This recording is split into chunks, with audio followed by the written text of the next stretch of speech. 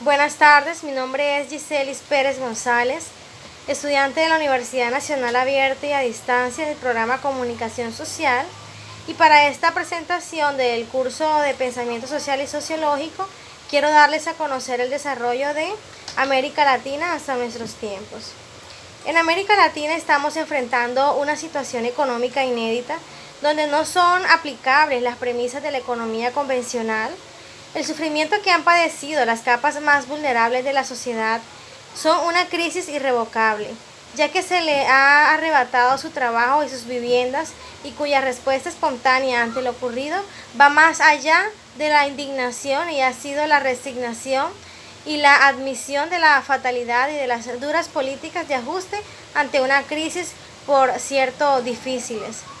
En América Latina y en el Caribe desde siempre en su historia está planteado un conflicto entre tendencias que dirigen hacia una reorganización cultural y otras de depresión contra ellas o de reabsorción de sus productos dentro del poder dominante en la sociedad.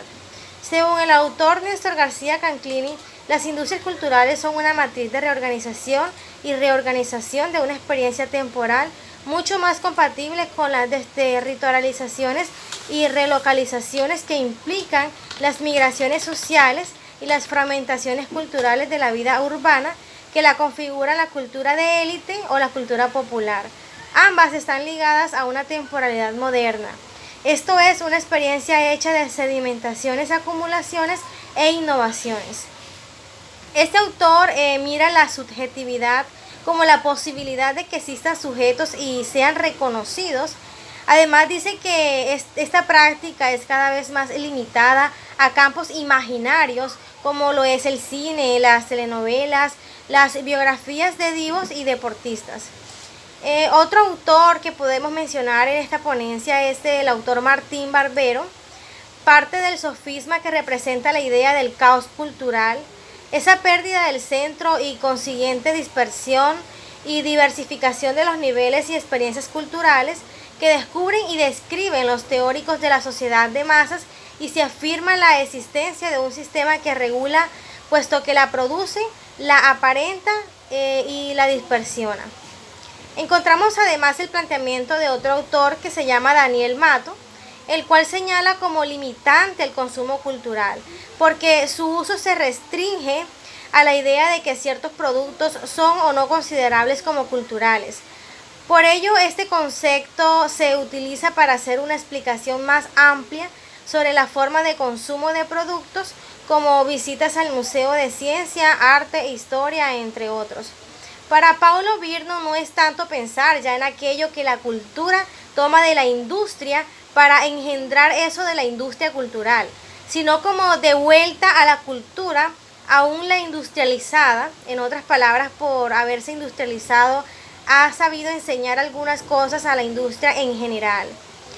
La publicidad es el elixir de vida de la industria cultural, pero también la publicidad es la que convierte en cultura un contenido simbólico, dotado de un espesor connotativo, evocativo y también efectivo, que desborda tanto su valor de uso como su valor de cambio. Y por último tenemos al filósofo Walter Mingolo. Él nos plantea que cada sociedad humana posee su propia racionalidad con sus propios referentes sobre economía, justicia, corporalidad, espiritualidad, educación, con sus propias maneras de mirar, de escuchar o de sentir, y a partir de ellas da y otorga sentido a sus experiencias y vitales, tanto individuales como colectivas. Las industrias culturales en América Latina y la Unión Europea están llevando a cabo un debate que aporta beneficios a las sociedades en cuanto a sus derechos de identidad cultural. Sus objetivos se han dado a conocer por medio de la capacidad de los bienes y servicios que han dado cumplimiento a la generación de recursos económicos cada vez más relevantes para las economías desarrolladas y en desarrollo, así como las posibilidades que se están generando para el ejercicio de los llamados derechos culturales. Bueno, podemos decir que este artículo se constituye así en una apuesta por entender la correlación de la cultura, las industrias culturales y el desarrollo, mirándolo como un punto de vista de la discusión académica, política y económica que se ha venido desarrollando en los lados del Atlántico. Este conflicto es un tema de mucho impacto, ya que tiene como finalidad crear nuevas tendencias de identidad desde la historia hasta nuestros tiempos. Esas tendencias además buscan generar un cambio social masivo en la sociedad por medio de las leyes y normas que infunden en los individuos desde cómo comportarse, cómo pensar, con el objetivo de reorganizar esas culturas. Para ello nos vamos a la época del siglo XX, ya que fue así, por ejemplo, que entre el fin de la Segunda Guerra Mundial y fines de los años 60 y hasta nuestros días, en el umbral de otro milenio estamos inmersos en otro momento particular de ese mismo prolongado conflicto. Es por esta razón que cada historia cultural fue producida por un proceso de reorganización de la experiencia casi caótica que provocó fenómenos equivalentes en el proceso cultural del Perú, de la experiencia social del conjunto de la población como tal, en donde la sociedad se ha visto obligada en realizar demandas y presiones con la finalidad de cambiar esas tendencias en todos los ámbitos. Bueno, la corriente estructuralista dentro de la teoría de la dependencia, ellas trataron de reformar el capitalismo a nivel nacional e internacional, mientras que la versión neomarxista de la dependencia luchó por derrocar el capitalismo y se consideraba al socialismo como el único sistema capaz de solucionar los problemas del subdesarrollo. La convergencia de endogenistas y exogenistas contribuye a esclarecer también el controvertido estatus metodológico de la teoría marxista de la dependencia. Al principio, el autor Cueva nos planteó la inexistencia de leyes del capitalismo dependiente, estimando que esas normas solo rigen para los modos de producción capitalismo y no para las modalidades específicas de esos sistemas de dependencia.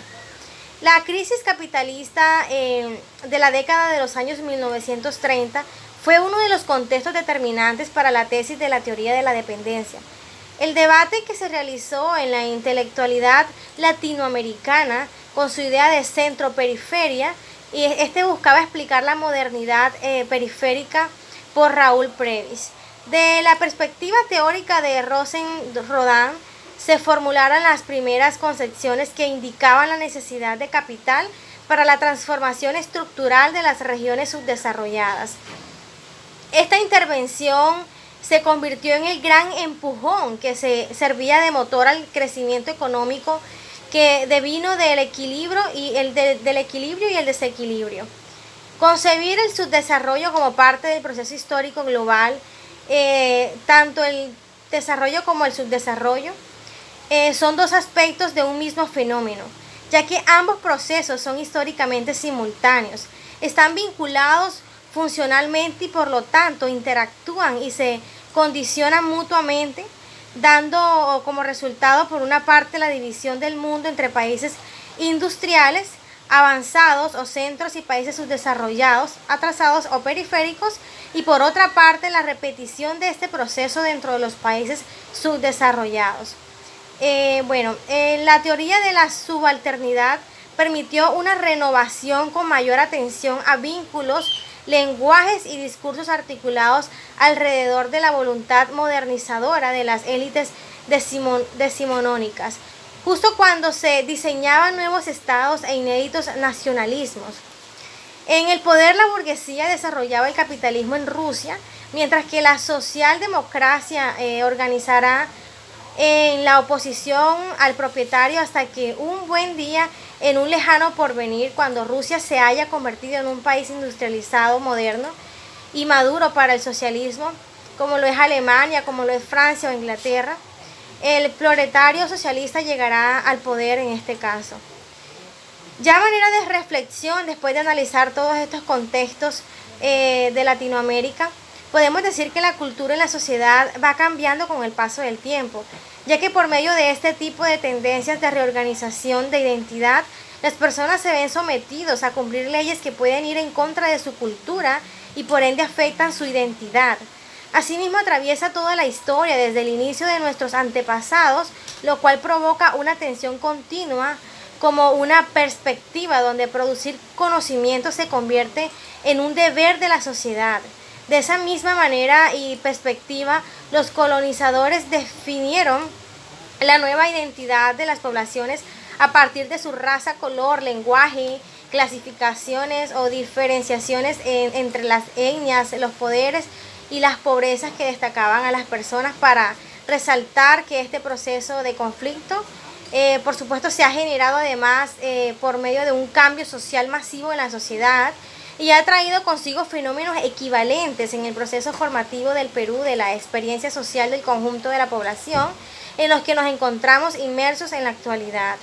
En círculos académicos y en artículos de opinión, en los grandes medios de comunicación, se ha mencionado con frecuencia que estamos entrando en un periodo de reversión de los procesos de globalización que han venido dominando la economía, la política, la cultura y las relaciones internacionales en los últimos 50 años. Bueno, para hablar sobre la relación entre la modernidad y el capitalismo, ya que es un tema bastante significativo, podemos decir que es uno de los principales temas de nuestros tiempos, por decirlo de este modo, ya que entre otras categorías conceptualizamos la relación entre modernidad y capitalismo, porque es un asunto clave para el debate político contemporáneo. En el crecimiento económico queda señalado como el horizonte necesario y de consenso para mejorar las condiciones de vida de los trabajadores, de los empresarios, de los rentistas, pero resulta que crecer es cada vez más costoso en términos financieros, energéticos o incluso ambientales. Es decir, cada vez que se requiere de una mayor cantidad de dinero financiero para generar un puesto de trabajo estable, si algo se puede afirmar con alguna certeza acerca de las dificultades que están pasando las fuerzas progresivas en América Latina, es que ellas se asientan en el hecho de que sus gobiernos no enfrentaron claramente dos cuestiones centrales para el diagnóstico: la definitiva consolidación de una constitución y la efectiva formación de hegemonía. Se discuten en primer idea, por decirlo de este modo, de dominación, las formas de lucha y el estatus de la globalización en la actualidad. Para esto luego pasan a analizar la situación de los gobiernos de la izquierda. Es por esto que vivimos en sociedades capitalistas, colonialistas y patriarcales. Para tener éxito, la resistencia contra la dominación moderna debe basarse en luchas simultáneamente anticapitalistas, anticoloniales y antipatriarcales. Todas deben tener como objetivo los tres factores de la dominación y no solo uno, aunque las coyunturas puedan aconsejar que incidan más en un factor que en otro. Es por esto que en el siglo XX fue uno de los más violentos, de los momentos más violentos de la historia,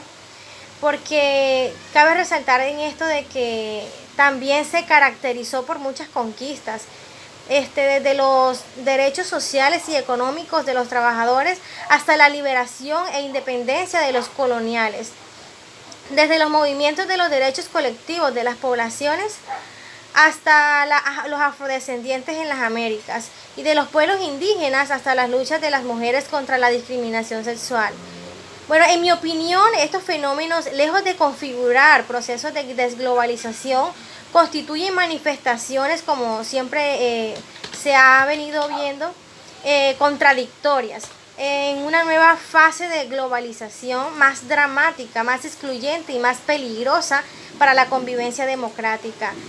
Si es que no implican su fin en algunos, ya que algunos son contrarios en las apariencias, sus afirmaciones de la lógica hegemónica de la nueva fase, mientras otros considero que constituyen una intensificación de la resistencia a esa lógica que ellos nos plantean. Asimismo, podría decir que muchos autores han insistido en que uno de los rasgos fundamentales de la teoría social latinoamericana es la dependencia intelectual o epistémica respecto de los conceptos y marcos teóricos elaborados en los países centrales. Algunos incluso han dado estatus teóricos a dicha dependencia a través del concepto de colonialidad del saber. Bueno, y este es toda mi ponencia. Espero les haya gustado. Muchas gracias por su atención.